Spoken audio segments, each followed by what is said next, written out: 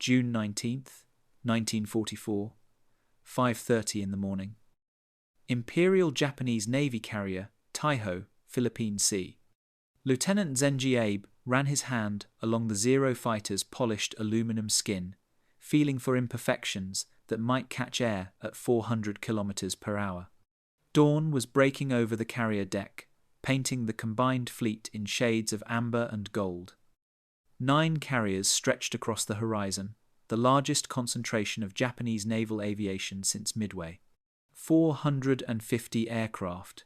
Enough, Admiral Ozawa had promised, to destroy the American carrier force and turn the tide of the war. Abe had flown Zeros for 3 years. He'd trained for over 300 hours before his first combat mission, learning every nuance of the aircraft's legendary maneuverability. He'd survived Pearl Harbor, the Indian Ocean raids, and the desperate fighting over the Solomons. The Zero had saved his life more times than he could count, dancing through American defensive fire with an agility no enemy fighter could match. But lately, disturbing rumors had reached the squadron ready rooms. American pilots were flying new fighters. Faster, they said, heavier. Some whispered the Americans were training their pilots longer now, sending them into combat with skills that matched or exceeded Japanese veterans. Abe dismissed such talk. How could Americans, with their soft living and material obsessions, produce pilots with the discipline and spirit of Japanese naval aviators? His squadron commander, Lieutenant Commander Takahashi, approached across the deck.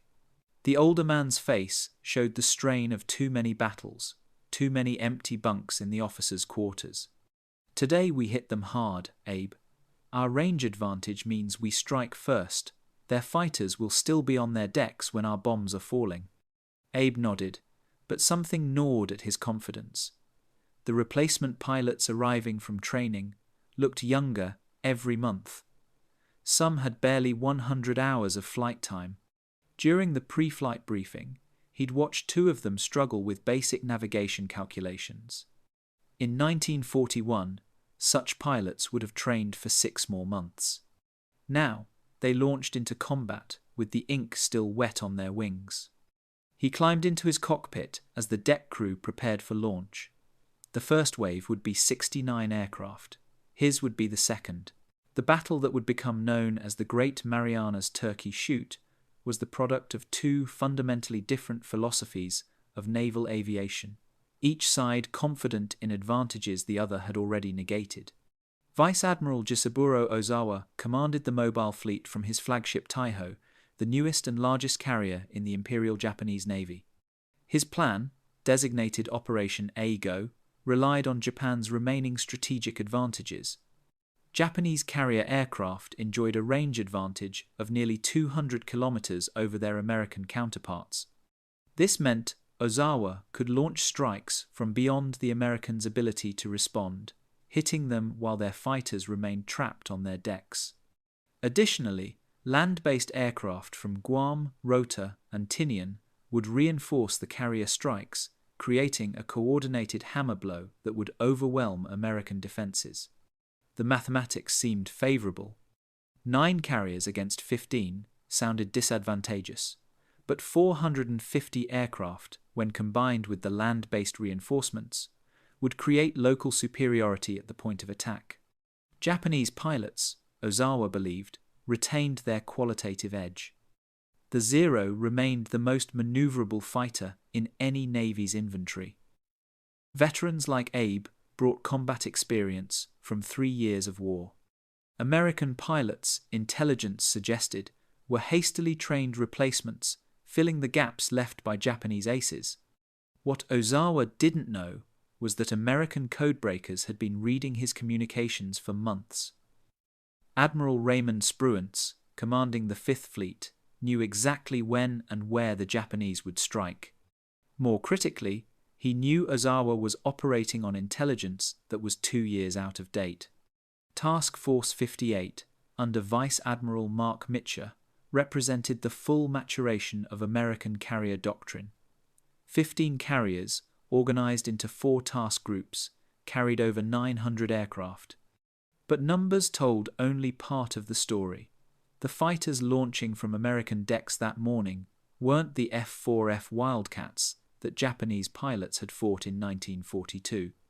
They were F-6F Hellcats, and everything about them had been designed with a single purpose: kill Zeros.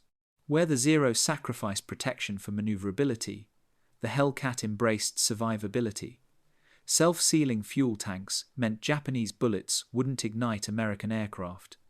Armor plating protected pilots from the rear. The Pratt & Whitney R2-800 engine generated 2,000 horsepower, giving the Hellcat a top speed 50 km/h faster than the Zero and a climb rate that allowed American pilots to dictate engagement terms. Behind each Hellcat sat a pilot who had completed over 500 hours of training. American flight schools had been revolutionized after the disasters of 1942. Pilots now spent 235 hours practicing fighter tactics alone. They fired thousands of rounds in gunnery practice, something Japanese pilots could no longer afford as fuel and ammunition shortages deepened. They practiced against aggressor squadrons, flying captured Zeros, and simulated Japanese tactics. By the time they reached fleet carriers, they were more thoroughly trained than the Japanese aces they would face. The final American advantage was invisible to Japanese scouts. Combat information centers aboard American carriers coordinated defense using SK and SM radar systems that could detect incoming raids at over 150 kilometers. Fighter director officers like Lieutenant Joseph Eggert could vector Hellcats to optimal intercept points, transforming individual aircraft into a coordinated defensive system. Ozawa was launching a 1942 attack against a 1944 defense. His pilots were brave, their aircraft proven, their tactics sound. But they were flying into a technological and systematic ambush that would redefine naval aviation warfare in a single afternoon. The greatest advantage in any battle is knowing what your enemy doesn't know about you. On the morning of June 19, 1944, that gap between perception and reality had widened into a chasm that would swallow hundreds of Japanese aircraft. Japanese intelligence assessments of American capabilities had frozen in time somewhere around mid-1942. Admiral Ozawa's briefing materials described American fighter pilots as adequate but unexceptional, rushed through abbreviated training programs to replace heavy losses. The reports mentioned the new Grumman fighter entering service, but characterized it as marginally improved over the Wildcat, heavier and less maneuverable than the Zero. Japanese tactical doctrine remained unchanged. Engage American fighters in turning dogfights where Zero agility would prove decisive. What Japanese intelligence had completely missed was the systematic revolution in American naval aviation. The Hellcat wasn't an improved Wildcat. It was a complete philosophical rejection of the Zero's design principles. Grumman engineers had studied every combat report from 1942, identifying exactly how Zeros killed Wildcats. Then they designed an aircraft that negated every Japanese advantage. The self-sealing fuel tanks alone represented a technological gap Japanese intelligence never detected. American pilots could absorb hits that would have sent Wildcats tumbling in flames. The armor protection meant Japanese 7.7mm rounds, effective against earlier American fighters, now simply bounced off pilot seats and engine cowlings. Most critically, the Hellcat's speed and climb rate meant American pilots could refuse combat when disadvantaged and re-engage on their terms. The turning dogfight Japanese pilots trained for would never happen because Hellcats wouldn't participate. The training disparity was equally invisible to Japanese planners. American flight schools had expanded from producing hundreds of pilots annually to thousands, while simultaneously tripling training hours. By 1944, the average American pilot arriving at a fleet carrier had more flight time than many Japanese veterans. They'd fired more ammunition in practice than most Japanese pilots would fire in their combat careers. They'd practiced against instructors, flying captured Zeros, learning the enemy aircraft's limitations intimately. Meanwhile, Japanese training had collapsed under fuel shortages and instructor losses. New pilots arrived at carriers with barely enough hours to safely land on a deck, let alone engage in combat. Veterans like Abe noticed the decline but couldn't quantify its scale. What had been the world's finest naval air force in 1941 was now a hollow shell of veterans surrounded by undertrained replacements. The final intelligence failure was technological. Japanese scouts had observed American radar masts but never grasped their implications. The concept of fighter direction, of coordinating dozens of aircraft through radio guidance from ships using radar tracking, existed outside Japanese tactical doctrine. They assumed American fighters would scramble randomly, as Japanese fighters did, rather than being vectored precisely to intercept points calculated by combat information centers. Ozawa was operating on assumptions that had been obsolete for 18 months. His pilots were flying into a battle where every advantage they believed they possessed had been systematically negated by an enemy they no longer understood. 7:15 in the morning, the deck of Taiho trembled as the first Zero's engine roared to life. Abe watched from the ready room as the first wave launched. 69 aircraft, 45 fighters, 16 dive bombers, 8 torpedo bombers. They formed up in the crystalline morning air, circled once over the fleet, then turned east toward the American carriers. Lieutenant Commander Takahashi led them, his Zero's tail markings visible until the formation disappeared into the distance. The second wave would launch in 30 minutes. Abe's wave, 130 aircraft that would follow the same path, delivering the knockout blow once the first wave had disrupted American defenses. The plan was sound. Japanese doctrine had refined carrier strike tactics through years of combat. Hit hard, hit fast, overwhelm the enemy with coordinated attacks from multiple directions. In the ready room, younger pilots checked their charts nervously. Ensign Yamada, barely 20 years old with exactly 103 flight hours, asked Abe about American fighter tactics. Abe tried to sound confident in his answer, describing the lumbering wildcats he'd fought over Guadalcanal, how their pilots tried to avoid dogfights because they knew the Zero would win any turning contest. But something felt wrong. The intelligence briefings had been vague about American defensive improvements. Radio intercepts suggested new radar systems, but Japanese technical officers dismissed their significance. Radar could detect aircraft, yes, but it couldn't stop determined pilots pressing home their attacks. At 7:45, the deck crew began positioning aircraft for the second wave. Abe climbed into his Zero, running through the pre-flight checklist with practiced efficiency. Fuel mixture, check. Magnetos, check. Control surfaces, check. The 20mm cannon in each wing held 100 rounds. The two 7.7mm machine guns in the cowling held 500 rounds each, enough to destroy several American aircraft if he flew well. The first radio transmission from the lead wave crackled through his headset at 7:52, contact with American fighters, heavy engagement. The voice was tense but controlled. Then more transmissions, overlapping, urgent, multiple enemy fighters. They're faster than reported. We're taking casualties. Abe's stomach tightened. Casualties already. They should barely have reached the American fleet. The transmissions became chaotic, someone screaming about being on fire. Another pilot calling for his wingman who wasn't responding. Then a transmission that sent ice through Abe's veins. They knew we were coming. They were waiting for us. The deck officer was waving. Time to launch. Abe advanced his throttle, feeling the Zero surge forward. The deck dropped away beneath him. He climbed, joining the formation circling above the fleet. 130 aircraft, the largest strike wave he'd ever been part of, surely enough to overwhelm any defense. Below, Taiho's deck crew was already positioning the third wave. 200 and more aircraft would follow. Operation Ago was unstoppable. Or so they believed. 9:50 in the morning, 50 miles west of the American task force. Abe's formation had been airborne for nearly an hour, flying at 12,000 feet through scattered clouds. The ocean below stretched endlessly, empty except for occasional whitecaps.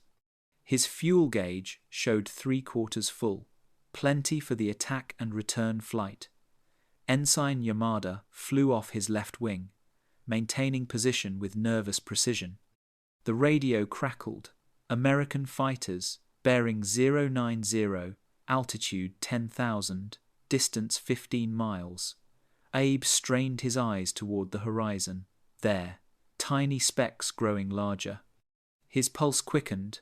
This was it, the moment where Japanese pilot skill would prove decisive. But something was wrong. The American fighters weren't climbing to meet them. They were diving, building speed.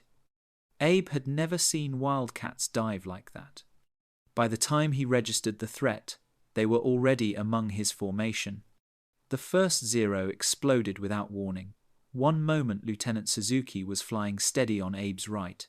The next moment his aircraft disintegrated in a shower of aluminum and flame. No smoke trail. No warning, just instant destruction. Abe threw his zero into a hard right turn, the maneuver that had saved him a dozen times before. The zero responded beautifully, tightening into a spiral that no American fighter should match. He looked for his attacker, expecting to see the enemy overshoot, allowing Abe to reverse onto his tail. Instead, the American fighter, painted dark blue instead of the grey he remembered, simply climbed away. Climbed. At a rate Abe had never witnessed from any American aircraft. The Hellcat, because that's clearly what it was, gained 3,000 feet in seconds, rolled inverted, and dove back into the formation from a different angle. Tracers ripped past Abe's canopy. He heard metal tearing somewhere behind him. The radio dissolved into chaos. Multiple voices screaming, "I'm hit! Where did he come from? They're everywhere! I can't shake him!" Abe spotted Ensign Yamada's zero streaming smoke, the young pilot's voice high with panic. "Lieutenant Abe." "I can't." The transmission ended as Yamada's aircraft pitched into a vertical dive. No parachute emerged. 103 hours of training, erased in 30 seconds of combat. The Americans weren't fighting the way Abe had been trained to expect. They weren't dogfighting. They were diving through the formation, firing devastating bursts from 6 heavy machine guns, then climbing away before Japanese pilots could respond. When Abe tried to follow one attacker into a climb, his zero shuddered and stalled while the Hellcat pulled away effortlessly. He counted 10 American fighters, but they seemed to be everywhere simultaneously. Every turn revealed another blue shape diving or climbing, guns blazing. The American pilots flew in pairs, covering each other with practiced coordination. When Abe maneuvered onto one Hellcat's tail, the pilot's wingman was already rolling in behind Abe, forcing him to break off. The bombers in his formation were dying. The unarmored Nakajima B-6N torpedo bombers, slow and vulnerable, were being massacred. Abe watched 3 go down in less than a minute, their crews silhouetted against flames before their aircraft hit the water. The dive bombers jettisoned their bombs and tried to run, but the Hellcats were faster in level flight too. Abe fired at a Hellcat crossing his nose. His 20mm cannon rounds hit. He saw the impacts, but the American aircraft kept flying. The pilot didn't even waver. The armor and self-sealing tanks that intelligence had dismissed were real, and they were keeping American pilots alive through hits that would have killed anyone in a zero. A hammer blow struck Abe's aircraft. Something had hit his right wing. He looked down to see a ragged hole the size of a dinner plate just outboard of his cannon. Fuel vapor was streaming from the puncture. His zero had no self-sealing tanks. If that vapor found a spark, he would burn like Suzuki had. He rolled inverted and dove, the emergency maneuver every Japanese pilot learned. Get out of the fight, survive to engage another day. As he plummeted toward the ocean, he counted parachutes. 3, maybe 4. His formation had consisted of 47 fighters and bombers. 25 aircraft had been destroyed in less than 10 minutes of combat. Below, he could see other Japanese formations approaching the American fleet. They would face the same blue fighters, the same impossible speed and firepower, the same methodical destruction. The radio transmission he'd heard earlier echoed in his mind. They knew we were coming. They were waiting for us. The Americans hadn't been surprised. They'd been ready, and Abe suddenly understood that everything he'd been told about American fighter capabilities was catastrophically, fatally wrong. 10:30 in the morning, aboard USS Lexington, Combat Information Center. Lieutenant Alexander Vrachew pulled his Hellcat into a climbing turn, eyes scanning for the next target. Below him, Japanese aircraft scattered like startled fish, their formations shattered. His wingman, Ensign Homer Brockmeyer, stayed glued to his right wing, exactly as they'd practiced hundreds of times at Punane Field in Hawaii. The radio crackled with Lieutenant Joseph Eggert's calm voice from the Combat Information Center. Raid 2, Angels 12, bearing 270, distance 40 miles. Vector 270 to intercept. Vrachew acknowledged and turned west. Eggert was sitting in a darkened room aboard Lexington, watching green blips crawl across a radar screen, orchestrating the defense of 15 carriers with the precision of a symphony conductor. He could see both the Japanese raids and the American fighters, vectoring Hellcats to intercept points calculated by slide rule and experience. The Japanese pilots had no idea they were being tracked from over 100 miles away, their formations plotted and countered before they even saw enemy aircraft. This was the revolution Japanese intelligence had missed entirely. Not just better aircraft, but a system that turned individual fighters into a coordinated defensive network. Vrachew had logged 537 flight hours before reaching the fleet. He'd spent 235 of those hours practicing fighter tactics. At the Navy's advanced training base in Melbourne, Florida, he'd flown against instructors in captured Zeros, learning every limitation of the Japanese fighter. He knew the Zero could outturn him, so he'd been trained never to turn. Dive, attack, climb away, use the Hellcat's strengths, avoid its weaknesses. Simple doctrine, but it required discipline and hundreds of hours of practice to execute under combat stress. The Japanese pilots he was fighting had received no such training. Intelligence reports indicated new Japanese pilots were arriving at carriers with barely 100 hours of flight time, sometimes less. Fuel shortages meant they practiced basic flying, not combat tactics. Ammunition conservation meant they rarely fired their guns in training. They were learning to fight in combat, and combat was an unforgiving teacher. Vrachew's Hellcat embodied a completely different design philosophy than the Zero. Where Japanese engineers had sacrificed everything for maneuverability and range, Grumman had prioritized pilot survival. His cockpit was surrounded by armor plating.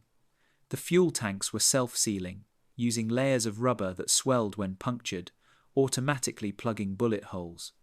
The engine, a Pratt & Whitney R2-800 double Wasp producing 2,000 horsepower, was twice as powerful as the Zero's Nakajima Sakai engine. The weight penalty was significant. The Hellcat weighed 9,000 pounds loaded compared to the Zero's 6,000. But that weight bought survivability. Vrachew had seen Hellcats return to carriers with dozens of bullet holes, their pilots uninjured. Zeros, built light with no armor or protected fuel tanks, exploded or burned when hit anywhere critical. Japanese pilots were brave, but bravery couldn't overcome engineering decisions made 3 years earlier in different strategic circumstances. The 6 50 caliber machine guns in Vrachew's wings fired 400 rounds each, 2,400 rounds total. Each bullet weighed nearly 2 ounces and travelled at 2,800 feet per second. A 2-second burst put 40 rounds into a target area. That kind of firepower could saw a Zero in half. Japanese 7.7mm rounds, even the 20mm cannon shells often passed through Hellcat armor without causing critical damage. Eggert's voice again. "Bogey, you're 12 o'clock, 5 miles, Angels 11. Vracu spotted them. A ragged formation of perhaps 30 Japanese aircraft already being harassed by another Hellcat division. He pushed his throttle forward, diving to build speed. Brockmeyer stayed with him, perfect formation flying. They'd trained together for 8 months. Vracu knew exactly where his wingman would be at every moment. The attack was textbook. Dive to 400 knots, select a target, fire a 3-second burst, climb away using excess speed. Vracu's tracers converged on a Japanese dive bomber. The aircraft staggered, pieces flying off, then rolled inverted and fell. He didn't watch it hit the water, already climbing, already looking for the next threat. This was his 6th kill of the day. Around him, the battle had become systematic slaughter. American pilots with superior training, superior aircraft, and superior coordination were dismantling Japanese formations with industrial efficiency. The ratio was stunning. For every Hellcat lost, 10 or more Japanese aircraft were being destroyed. The Japanese had come expecting a battle between warriors. Instead, they'd encountered a system. Radar detected them at impossible ranges. Fighter directors vectored interceptors to optimal positions. Well-trained pilots in superior aircraft executed tactics perfected through hundreds of hours of practice. Individual Japanese courage and skill meant nothing against systematic American coordination. By 1100 hours, the first 3 Japanese strike waves had been effectively destroyed, over 200 aircraft shot down, most before they ever reached the American fleet. The few dozen that penetrated the fighter screen faced a wall of anti-aircraft fire from ships equipped with proximity-fused shells that exploded when they sensed nearby aircraft. The Battle of the Philippine Sea wasn't a fight. It was a demonstration of what happened when industrial systems met traditional warfare. And the Japanese were learning, far too late, that all their assumptions about American weakness had been fatally, catastrophically wrong. 12:15 in the afternoon, Abe leveled his Zero at 8,000 feet, nursing his damaged aircraft westward. His fuel gauge showed less than 1/4 remaining. The vapor streaming from his punctured wing tank had slowed but not stopped. Every minute he stayed airborne risked fire. Below, the Pacific stretched endlessly. Behind him, the battle continued. Radio transmissions painted a picture of complete disaster. The 3rd Japanese strike wave, 47 aircraft, had launched 90 minutes after Abe's wave. He could hear their commander reporting contact with American fighters. The transmission lasted less than 3 minutes before dissolving into chaos. Screams, explosions, silence. Lieutenant Commander Obayashi's voice, strained and desperate. "We are under attack by at least 50 enemy fighters. Repeat, 50 fighters. Our formation is static." Abe did the mathematics in his head. The first wave had consisted of 69 aircraft. Perhaps 20 had returned, most damaged. His own wave of 130 aircraft had been decimated. He'd counted fewer than 40 survivors struggling back toward the fleet. Now the 3rd wave was being slaughtered. Over 250 Japanese aircraft destroyed in less than 4 hours. The Americans had shot down more aircraft in one morning than Japan could produce in a month. He passed over an oil slick marking where an aircraft had crashed. A life raft bobbed in the waves, empty. The Americans were not stopping to rescue downed pilots. Neither could the Japanese. Most pilots who went into the water would die there, slowly, watching the sky for rescue that would never come. His radio crackled with a new voice. A young pilot, maybe 19 years old, screaming that he was on fire and couldn't get his canopy open. The transmission ended with a sound Abe would hear in his nightmares forever. At 12:40, he spotted the mobile fleet on the horizon. Something was wrong. The formation looked scattered. Smoke rose from multiple positions. As he drew closer, the the disaster revealed itself. Taiho, the flagship, was listing heavily to starboard, black smoke pouring from her hull. The giant carrier that had seemed invincible that morning was dying. An American submarine had torpedoed Taiho hours earlier. Damage control crews had contained the initial flooding, but gasoline vapors from ruptured fuel lines had spread throughout the ship.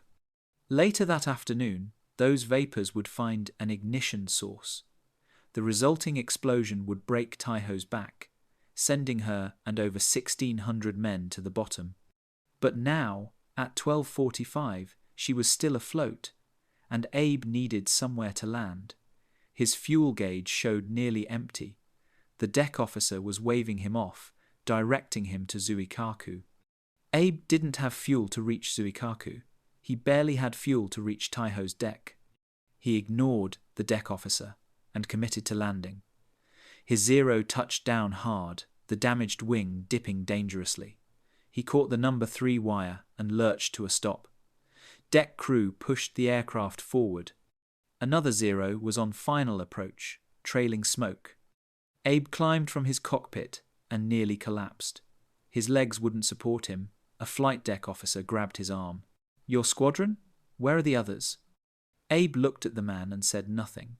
What could he say? That out of 12 aircraft in his section, he'd watched 11 die?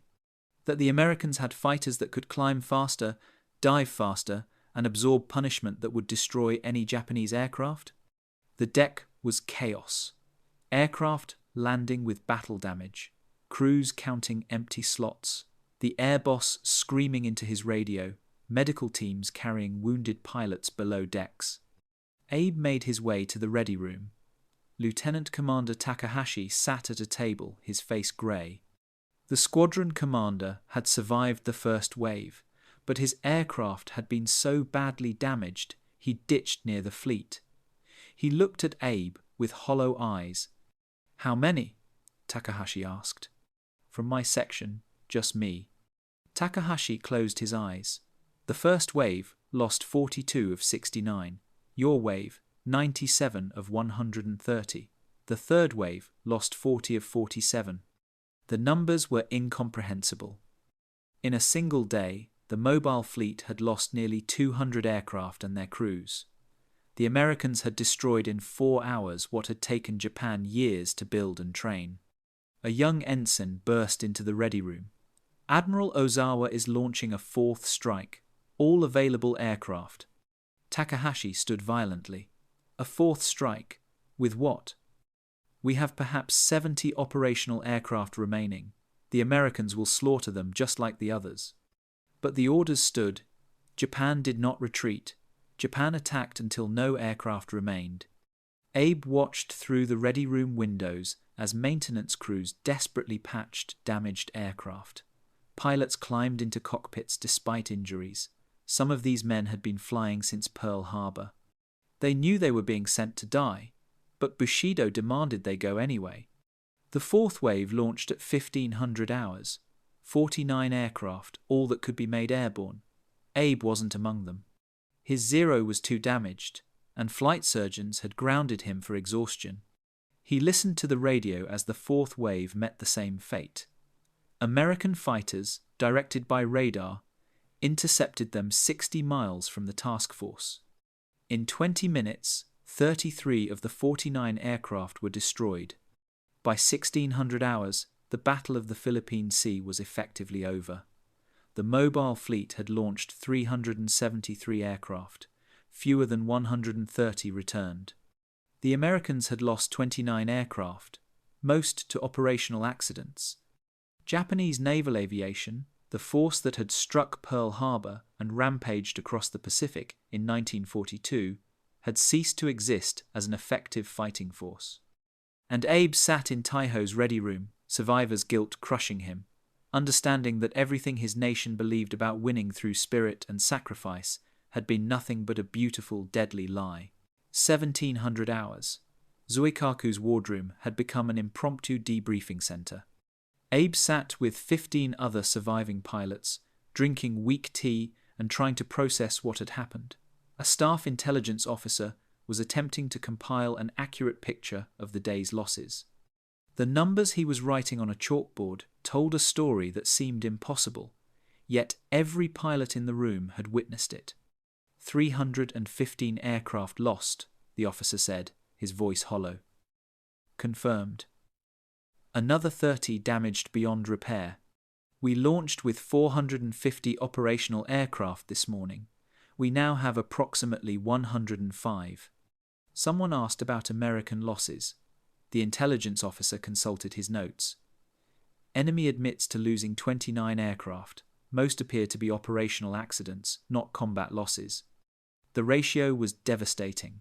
More than 10 Japanese aircraft destroyed for every American loss. This wasn't combat, it was industrial extermination. Lieutenant Commander Takahashi stood, his hands shaking. How is this possible? We trained for years. Our pilots are the best in the world. The Zero is superior to any American fighter in maneuverability, yet we were slaughtered.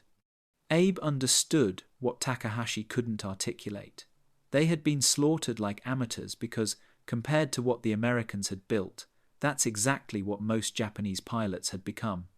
The mathematics were inescapable. Grumman was producing over 500 Hellcats monthly. Mitsubishi was producing fewer than 200 Zeros, declining as American bombing intensified. Every month, the production gap widened. The Americans could afford losses. Japan could not. But aircraft production was only part of the equation. The real disparity was pilot training. American flight schools were graduating thousands of pilots annually, each with over 500 hours of flight time. Japanese training had collapsed. New pilots arrived at carriers with barely enough hours to land safely. Abe had received 300 hours of training in 1941. Ensign Yamada, who died in the first minutes of combat, had received 103 hours. The young pilot had never fired his guns at a towed target. He'd never practiced coordinated tactics. He'd learned to fly, barely, and been sent into combat against American pilots who had spent 8 months training for this exact battle. The fuel situation made everything worse. Japan's synthetic fuel production couldn't meet military demands. Training flights were strictly rationed. Pilots practiced basic flying, but rarely rehearsed combat tactics. Live fire gunnery practice was virtually eliminated. Japanese pilots were learning to shoot in actual combat, and most died before they learned enough to survive. The Americans faced no such constraints. Their pilots fired thousands of practice rounds. They flew hundreds of hours rehearsing tactics. They trained against instructors in captured Zeros. By the time American pilots reached fleet carriers, they were more thoroughly prepared than Japanese veterans. The Hellcat itself represented a philosophical difference Japan had failed to grasp. Japanese engineers had built the Zero for range and maneuverability, accepting vulnerability. American engineers had built the Hellcat for survivability and performance. In 1941, when both sides fielded equivalent pilots, the Zero's advantages had proven decisive. By 1944, when American pilots were better trained and American aircraft were designed to negate Zero advantages, the balance had shifted catastrophically. The self-sealing fuel tanks alone changed combat dynamics fundamentally. Abe had hit multiple Hellcats that day. He'd watched his rounds strike home. But the American aircraft kept flying, their protected fuel tanks preventing fires. Meanwhile, a single burst could destroy a Zero, its unprotected tanks turning the aircraft into a torch. The armor protection meant American pilots survived hits that would kill Japanese pilots. The superior engine gave Hellcat speed and climb advantages. The heavier armament meant American pilots needed fewer hits to destroy targets. The intelligence officer finished with a statement that silenced the room. Based on current loss rates and production capacity, if we engage in another battle like today's, the mobile fleet will have no aircraft remaining within 3 more engagements. The Americans can sustain this indefinitely. Abe realized then that Japan hadn't lost a battle that day. Japan had lost the war. The Americans had built an industrial system that could produce aircraft and pilots faster than Japan could destroy them. Courage and spirit meant nothing against such overwhelming material superiority. The Zero might be more maneuverable, but the Hellcat was more survivable, faster, better armed, and backed by unlimited production. Japanese pilots might be brave, but American pilots were better trained and replaceable. The mathematics were simple and brutal. Japan was fighting an arithmetic it could not win. 1900 hours.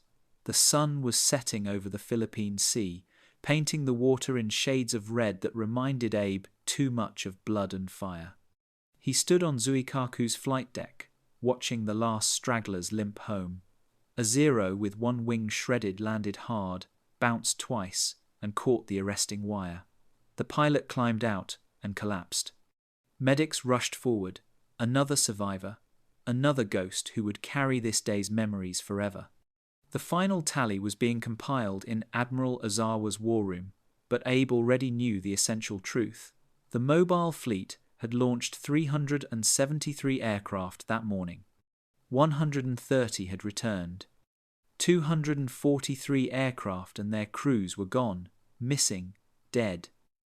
Scattered across hundreds of square miles of ocean, the Americans had lost 29 aircraft. Abe tried to comprehend that ratio and failed. It wasn't possible. It defied everything he'd been taught about aerial combat. Japanese pilots were supposed to be superior. The Zero was supposed to dominate. Spirit and training were supposed to overcome material disadvantage. But the Americans had built a system that made spirit irrelevant.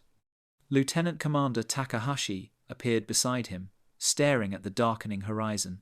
"Taiho is sinking," he said quietly. "The explosion happened 30 minutes ago." Admiral Ozawa transferred his flag to cruiser Haguro. Another blow. The newest carrier in the fleet, gone. Not from American bombs in combat, but from accumulated damage and poor damage control. "What happens now?" Abe asked. Takahashi was silent for a long moment. "We retreat. What else can we do? We have perhaps 100 operational aircraft remaining. The Americans have over 800. We cannot fight. We can barely defend ourselves." The admission hung in the air. Japan's combined fleet, which had struck Pearl Harbor and rampaged across the Pacific in 1942, was now running from an enemy it could not hope to defeat. Below deck, in the carrier's cramped quarters, surviving pilots were trying to sleep. Some would succeed. Most would lie awake, seeing Zeros explode, hearing screams over the radio, watching friends die. The survivors would carry this battle forever, the day Japanese naval aviation died. Abe thought about Ensign Yamada, 20 years old, 103 hours of training, dead in his first combat sortie, killed by an enemy pilot who had 5 times his experience, flying an aircraft designed specifically to counter every advantage the Zero possessed. Yamada had been brave. He'd done everything right, and he'd died anyway because bravery couldn't overcome systematic disadvantage. How many more Yamadas were there? How many young pilots had Japan sent to die in aircraft that couldn't protect them, with training that couldn't prepare them, against an enemy that had industrialized warfare itself? "I hit several of them," Abe said suddenly. "The Hellcats. I saw my rounds strike, but they just kept flying. Our aircraft explode if you look at them wrong, but theirs absorb damage and keep fighting." "Self-sealing fuel tanks," Takahashi said. "Armor protection. The Americans learned from their losses in 1942. They redesigned everything. We kept building the same aircraft, training pilots the same way, using the same tactics, and the war changed around us." Night had fallen completely now. Somewhere to the east, the American task force was recovering its own aircraft, preparing for another day of operations. Their pilots would sleep in comfortable bunks, eat hot meals, and wake to fight again with fresh aircraft and unlimited ammunition. The Japanese would retreat westward, trying to preserve what little remained of their naval air power, knowing that this day had changed everything. Abe understood now what he hadn't understood that morning. Japan hadn't just lost a battle. Japan had lost the capability to fight battles like this. The mathematics were inescapable. The Americans could sustain losses 10 times what they'd suffered today and continue fighting. Japan could not sustain even one more day like this. The Great Marianas Turkey Shoot, the Americans would call it. For the Japanese, it had no name, only silence, and the understanding that everything they'd believed about winning this war had been shattered as completely as the aircraft burning in the Philippine Sea. 2100 hours. Zuikaku's intelligence briefing room had become a morgue for ideas that had died alongside the aircraft. Abe sat with 30 other surviving pilots, while staff officers attempted to explain what had happened. But explanation required acknowledging truths that Japanese military doctrine had spent decades denying. Commander Masatake Okumiya, the Fleet Air Operations Officer, stood before a chalkboard covered in numbers. His voice was steady, but his hands shook. Technology gap, he began. The Hellcat represents a fundamental redesign philosophy. Where we prioritized range and maneuverability, the Americans prioritized survivability and performance. He drew 2 columns, 0 versus Hellcat. Maximum speed, 0, 530 kilometers per hour. Hellcat, 620, but speed alone doesn't explain today. Self-sealing fuel tanks. We dismissed them as unnecessary weight. The Americans made them standard. Result, our pilots die when hit. Theirs survive. Armor protection around the cockpit. We considered it contrary to offensive spirit. Result, same. A young lieutenant raised his hand. But sir, the 0 can outturn any American fighter. Why didn't our superior maneuverability? Because they refused to turn with us, Okumiya interrupted. American pilots are trained explicitly never to dogfight Zeros. They dive, attack with superior speed and firepower, then climb away using engine power we cannot match.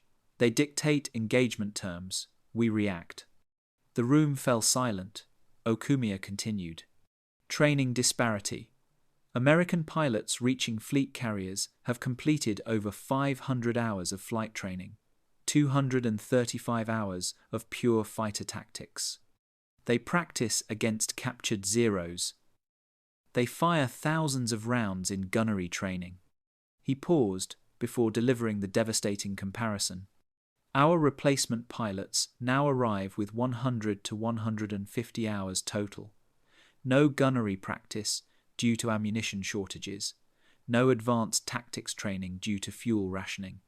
They learn basic flying and are sent into combat against American pilots who have triple their experience.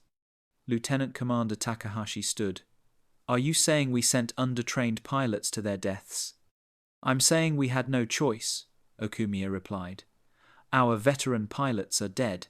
Fuel shortages prevent proper training.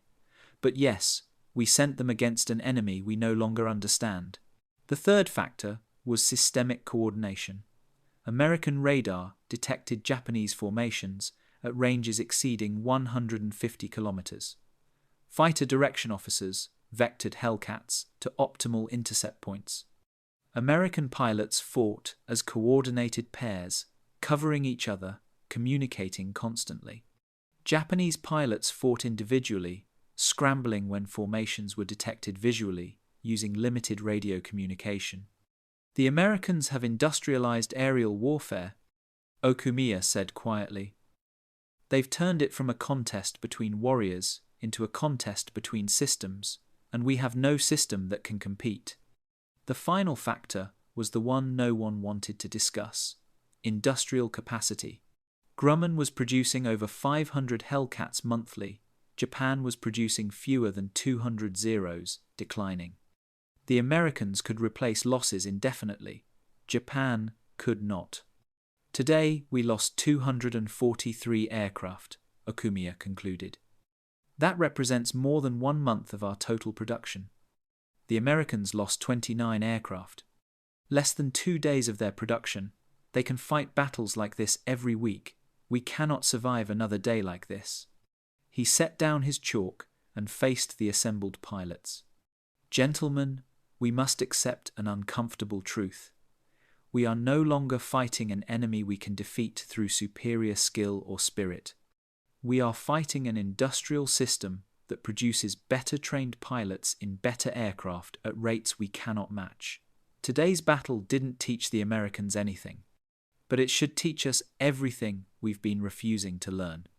Abe looked around the room at the surviving pilots. Some were veterans like him, men who remembered when Japanese naval aviation had been the finest in the world. Others were the undertrained replacements who had somehow survived today through luck more than skill. All of them understood now. The war had changed. Japan's advantages had become obsolete. The Americans had systematically addressed every weakness, exploited every Japanese vulnerability, and built a war machine that operated on principles Japanese doctrine couldn't counter. The silence that followed was the sound of an entire military philosophy collapsing. 2,300 hours. Abe lay in his bunk, staring at the metal ceiling inches from his face. Sleep wouldn't come. Every time he closed his eyes, he saw Ensign Yamada's Zero pitching into its final dive. Heard Lieutenant Suzuki's aircraft explode without warning.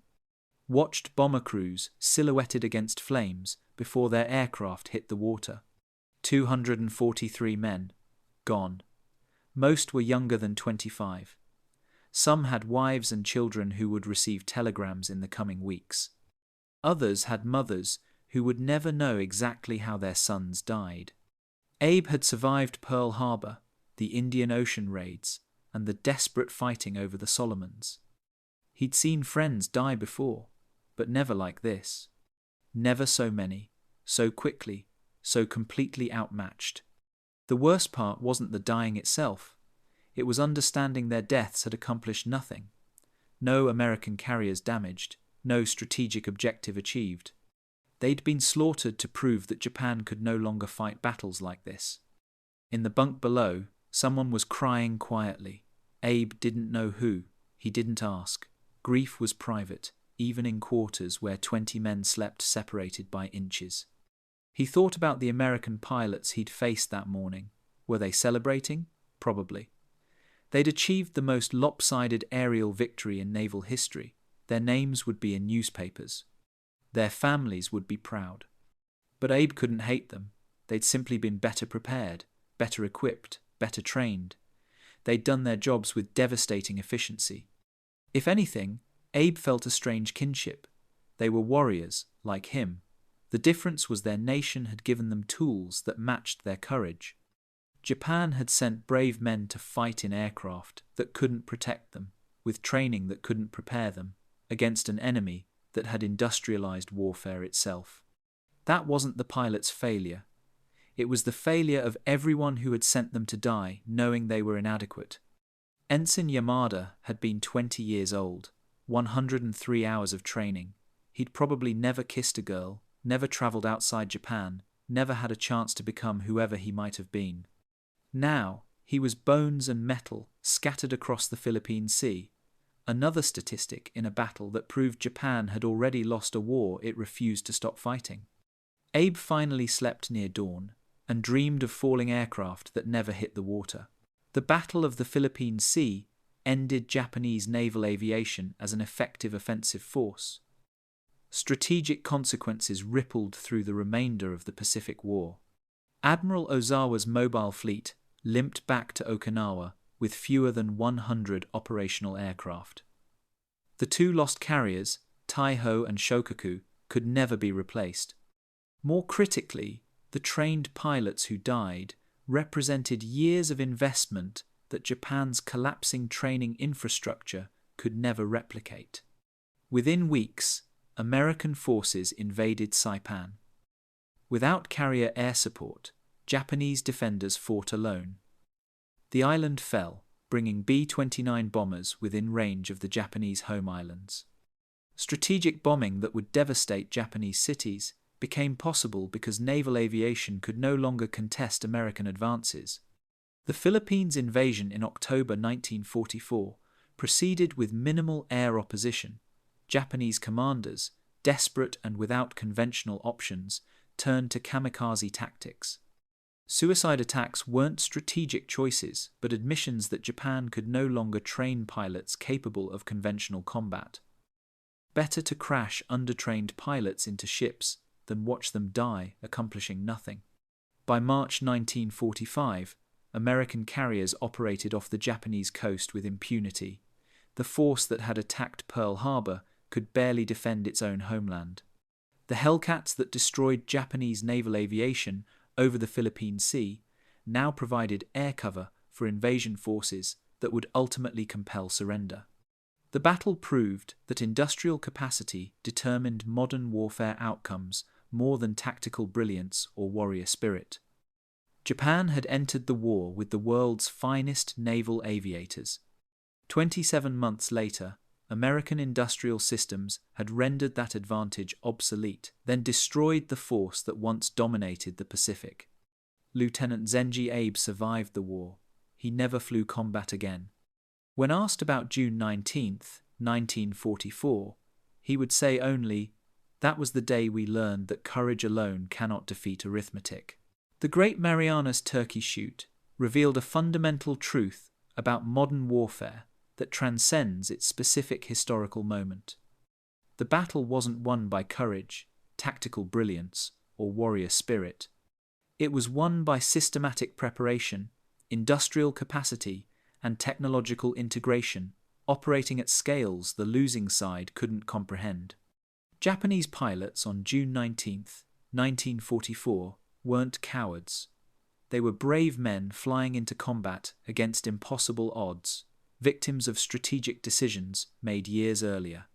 The Zero's design philosophy, the training infrastructure's collapse, the failure to develop systematic coordination, all represented choices that seemed reasonable in 1941, but proved catastrophic by 1944. The Americans didn't win through superior individual pilots. They won by creating systems that multiplied individual effectiveness. Radar detection gave them omniscience. Fighter direction gave them coordination.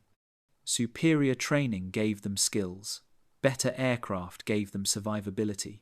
Industrial capacity gave them replacements. Each element alone was significant. Combined, they created overwhelming advantage that no amount of individual courage could overcome. This pattern would repeat throughout modern military history. In Vietnam, American forces possessed every material advantage, yet struggled against an enemy that understood asymmetric warfare. In the Gulf War, coalition forces demonstrated that technological integration had reached new heights, destroying Iraqi forces that were brave but systematically outmatched. In every conflict, the side that better integrated technology, training, and industrial capacity held decisive advantages over opponents relying on traditional martial virtues. The lesson extends beyond military applications. Organizations, businesses, and nations that build systems to multiply individual effectiveness outperform those relying solely on exceptional individuals. Training infrastructure matters more than hiring heroes. Systematic coordination outperforms individual brilliance. Industrial capacity to replace losses trumps trying to preserve irreplaceable assets. Japan's fundamental error wasn't tactical. It was believing that warrior spirit and individual excellence could substitute for systematic preparation. American success wasn't accidental. It came from deliberately building integrated systems designed to defeat specific enemy advantages while maximizing their own strengths. The 243 Japanese pilots who died over the Philippine Sea weren't defeated by American courage. They were defeated by American factories, training programs, engineering decisions, and systematic coordination made possible by industrial democracy operating at scales totalitarian efficiency couldn't match. Lieutenant Zenji Abe's final observation captured this truth perfectly. Courage alone cannot defeat arithmetic.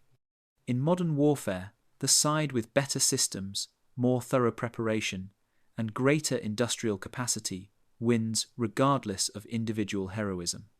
The Great Marianas Turkey Shoot proved this lesson with devastating clarity. 300 aircraft fell from the sky that day, but what truly fell was the illusion that traditional warrior culture could overcome industrial systems, designed, produced, and operated at unprecedented scale. The Americans hadn't just won a battle, they'd demonstrated that warfare itself had fundamentally changed, and Japan had failed to change with it.